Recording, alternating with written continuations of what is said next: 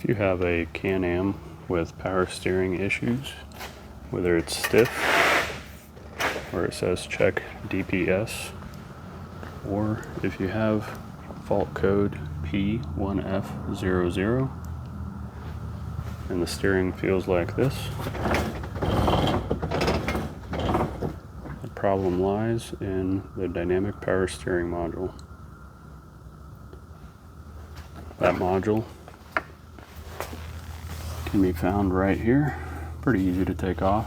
Has 5 screws, 1, 2, and then 3, 1 on top there, not this one, and then 1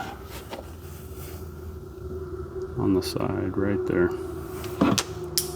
So remove that unit, send it to us, we'll get it fixed for you. As you can see, this is a customer's module. Actually, BRP sent us a couple of units. Guess they had a couple cores they wanted to get rebuilt, because these can be on back order sometimes. So we're going to get it fixed up for them. As you can see, we plugged it in before repairing it to confirm the problem.